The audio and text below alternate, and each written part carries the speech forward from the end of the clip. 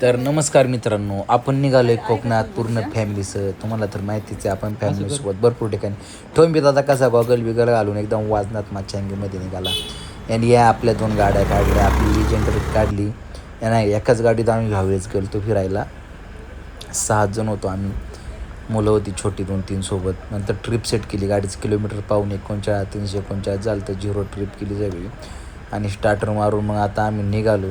सगळ्यांची video photo काढले, सगळ्यांना हाय करायला लावलं. शरू कशी होती, बघू टोंगा पण होता. आणि आपली 600 सोसायटीतून आम्ही निघालो. सगळ्यांची व्हिडिओ घेतला. मी एकदम गंभीर होऊन बघत होतो. सगळे गंभीर होऊन मामा नक्की काय करू ते सगळे बघत होते. नंतर तिथून निघालो, वाकडला आलो. निसर्ग मिसळ हाऊसला थांबलो. सगळ्यांनी पोटभर दाबून युट्यूब मिसळ आणली. रस्सा तरी सगळं ओढलं. हे बघा, नुसती मिसळ येऊ द्या चालू होता कार्यक्रम तिथून आम्ही निघालो. हे बघा, निसर्ग मिसळ हाऊस वाकडला नक्की जावा, छान आहे. त्याच्यानंतर गाडी काढली. ताम्हिणी घाटातून आम्ही गेलो कोकणात. एकदम घाटातून जायला खूप मजा येते. ताम्हिणी घाट हा चालू झाला होता नुकता. त्याचं आपली लिजेंडर म्हणल्यावर काय फील काय बोलायचंच नाही. खूप मजा आली, मस्त वाटलं होतं मला. एकट्यानेच गाडी चालवली मी जाऊन येतपर्यंत. आणि खूप छान असं मध्ये थांबलो आम्ही. म्हटलं चला, रस्त्यामध्ये खूप आंबे वगैरे विकायला थांबले होते. नवीन प्रकारचं लाल कलरचं दिसलं आम्हाला. चला म्हणलं रानमेवा थोडा चाखून पाहावा. दाजी उतरले, 2-3 दुकानातून चांगले घेऊन आले. विचारत होते आम्हाला अजून घ्यायचं का काय अशा पद्धतीने. ठीक आहे म्हणलं, चला दाजी बसा तुम्ही आता. आणि परत आता आपल्याला पुढं जायचं. प्रवास लांबचा होता. या ताई माई अक्का विचार इथं चांगला करत होते आणि विकत होते रानमेवा. तिथून निघालो. मग मला पुन्हा एक व्हिडिओ काढावासा वाटला, कारण व्ह्यू खूप छान दिसत होता. तुम्ही देखील ताम्हिणी घाटात पावसाळ्यात खूप छान असतो, एकदा नक्की जावं. ताम्हिणी घाटातून प्रवासाचा अनुभव घ्या. रात्रीच्या वेळेस पण घ्या, दिवसा पण घ्या. ठोंबी दादा मस्त उभा होता, व्ह्यूचा आनंद घेत होता, दगड ठोंगे बघत होता. त्यानंतर आपली फॉर्च्युनर पोचली कोकणात.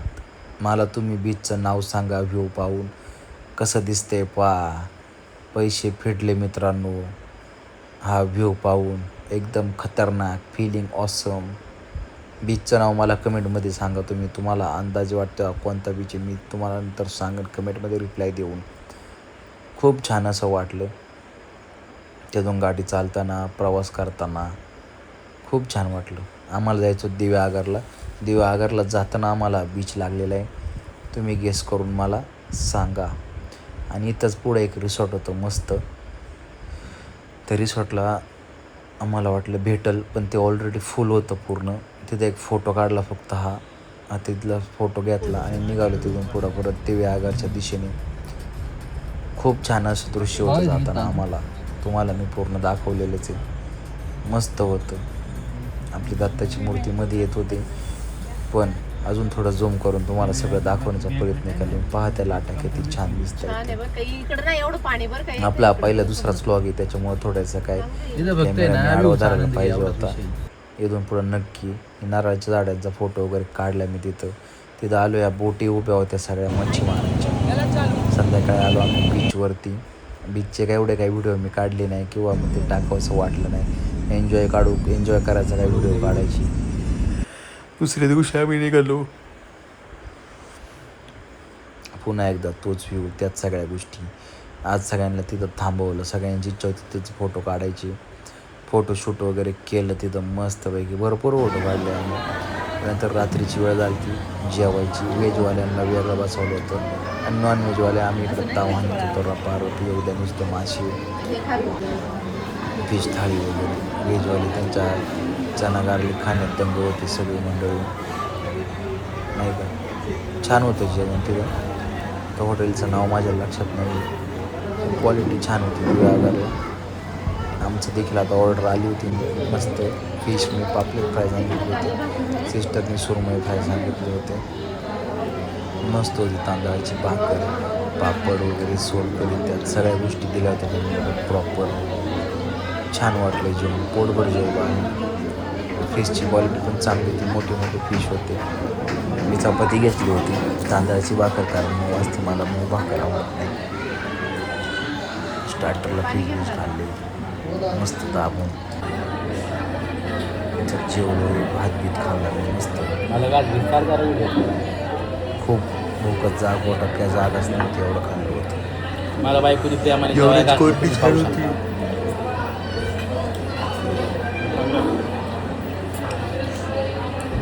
मस्त वाटलं जेवण खरंच खूप छान. नंतर आम्हाला मोदक पण खायचे होते, पण माझी बायको म्हणजे साक्षात दुसऱ्या दिवशी मोदक खाल्ले होते याच ठिकाणी माझ्या बायकोसारखी बायको नाही फॅमिलीसोबत मित्रांनो. चर्चा करत होतो.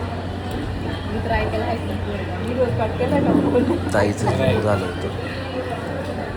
आणि फॅन कोणाला अशी असताना बहीण नाही एवढं होत नव्हतं. एवढा चांगला स्वभावाची फक्त मलाच भेटू.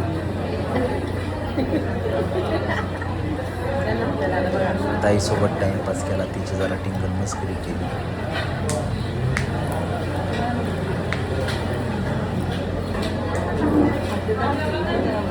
माझी पप्पुली टोपली. ठोंबे दादा झोपले होते.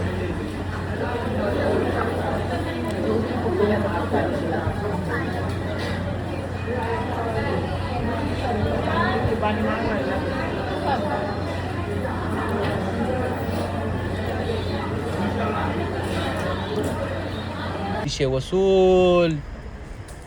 हाय दुसऱ्या दिवशीचा प्रवास. जास्त काय कुठं लांब गेलो नव्हतो. तिथले 2-3 बीच आम्ही फिरत होतो. वातावरण. पैसे फिटले करा टाळ्या. त्यानंतर आपल्याला जायचं होतं जवळच तिथं दिव्याघरपासून आपलं पैसे फिटले. हरिहरेश्वर म्हणून तुम्ही सर्वांनी ऐकलं असेल. तिकडं जायला आम्ही निघालो. समुद्राच्या कडेकडेने मस्त छान वातावरण होतं. परत तिथं थांबून व्हिडिओ वगैरे काढले. एवढं पाणी बरं काय इकडे पुढे समोर इथं फक्त आहे ना व्ह्यूचा आनंद घ्या एवढाच विषय.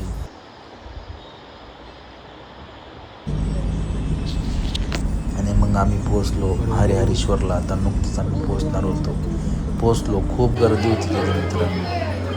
पोचायच्या आधी म्हटलं सकाळचा नाश्ता वगैरे करून येऊ.